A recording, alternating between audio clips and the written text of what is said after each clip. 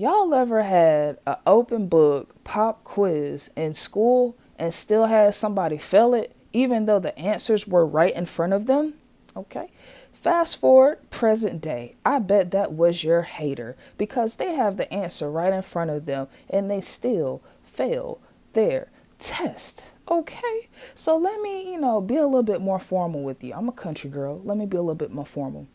This message is for whom it may concern. Okay, so you may have one or multiple entities trying to compete with you on a materialistic aspect because that's where they feel comfortable. They feel comfortable competing with something that they can buy to try to outdo you. But when you try to help them spiritually, that's when they ignore that because they have already decided to make studying you their religion. Yo. So this is Conscious Court, back with another video. Please like, share, and subscribe if anything resonates with you. And I'm going to go ahead and get straight into it. Whenever you're out here just existing, minding your business, sipping your water, praising the Most High, whenever you're doing that, it puzzles people that are addicted to chaos because to them you are too calm, and whenever you are too calm around chaos, they try to solve you like a puzzle. It's like you are a mystery to them because they don't have any calmness, any peace, any happiness in their life. And so what they're doing is comparing their life to yours, and it really does puzzle them. That's why they become so obsessed and they feel like they have to watch your every move and, try to compete with you with the materialistic things. But on a spiritual note, they know that they can't touch you. So the closest thing that they got to trying to touch you is, going to the store and buying something to try to compete with you. But on a spiritual level, that don't mean you survived everything that was sent your way to destroy you. And even if you're, still going through a couple more things, you're going to survive it.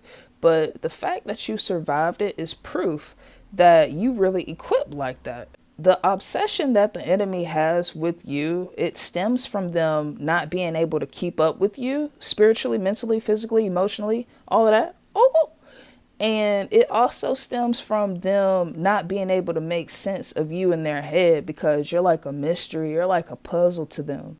When I tell you nobody wants to win more than a sore loser, like, please believe me, like, I'm not even playing out here.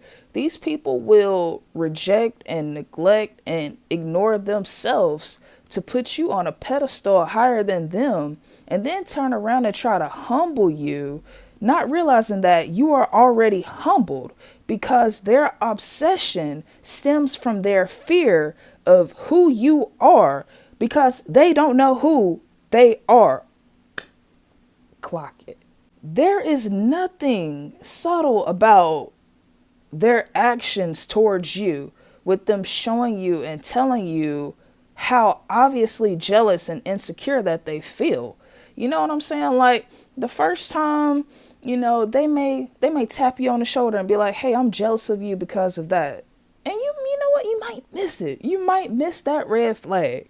So the second thing that they do, they will literally show you that they're jealous of you because they will compete with you with what you're already doing. Okay, you follow. Now, if you miss both of those signs, you're choosing to miss it because it is obvious. It is plain as day that these haters feel insecure about what you're doing. And then that's when they'll start pouting whenever they don't get the same results as you, whenever they feel like they're not winning. They're not, you know what I'm saying? Do not ignore the signs. It is obvious out here. Like it's past obvious. I can't even think of a word that is past obvious. You don't fold under pressure. That's the thing. That's the point.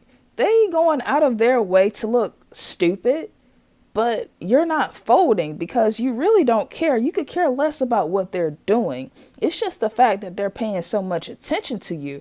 But once you realize why they're paying attention to you, it makes sense. They're paying attention to you because they're looking for a breaking point. They're looking for a weakness. They're looking for a sign that you are human because they think you out of this world. And technically you really are. So do not, entertain these energy vampires whenever they send negativity your way, expecting a reaction because they are desperate for attention and validation.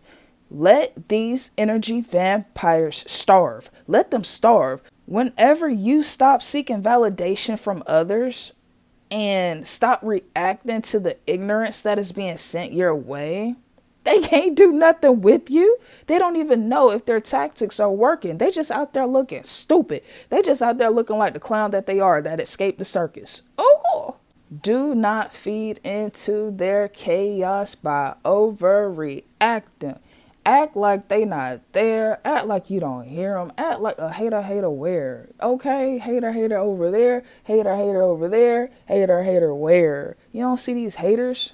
If they would just stop focusing on the irrelevant things in life and realize that you try to throw a dog a bone and help them spiritually, they would just be able to come up to you and ask you a question like, hey, how you did that? Like, can you help me on my journey?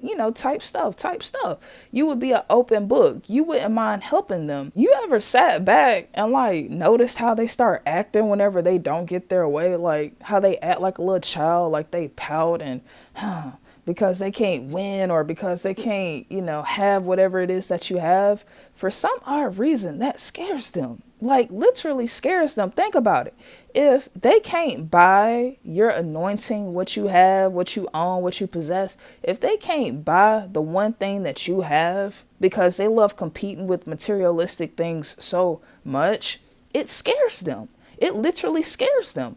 But you try to help them spiritually and tell them, hey, look, it's for free. Get on your knees and pray. Okay? Talk to the Most High. Get in some nature. You know what I'm saying?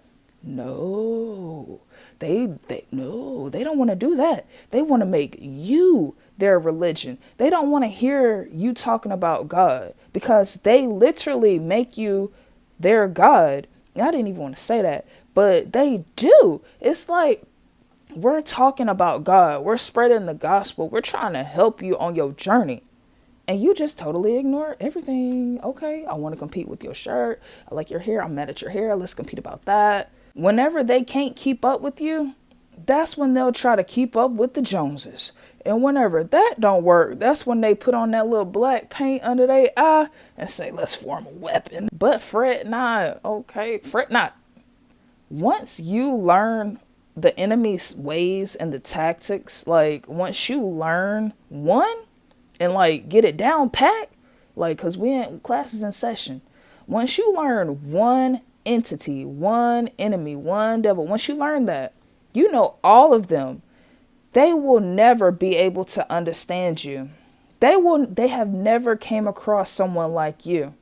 You have came across plenty of demons and entities, and you have noticed that they all have that one same spirit.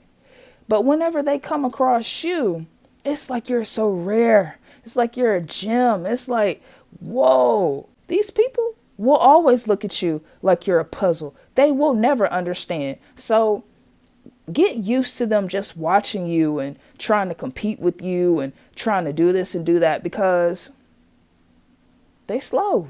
So to wrap this message up, yes, you may have a couple entities out here trying to compete with you on the materialistic aspects, but please know that whenever they reject the help that you're trying to give them spiritually, it is because they have already mentally decided to make you their God and study you like their religion. Okay? I hope that's not disrespectful, but that's the message that I got today. And when I tell you the first message that I recorded was brutal. cut through. Okay. God said, no. I said, okay. So I tried it again, and hopefully this one isn't too bad, but it got my message and my point across, and it helped somebody. So look, this was Conscious Court, back with another video. Please like, share, and subscribe. If anything resonates with you, please leave a comment down below. I love y'all so much. So much. And again, Thank you to all of my new subscribers. Thank you to all the people that come back and listen to me and see what I'm talking about. I hope y'all have a good day or a night. All right. Bye, y'all.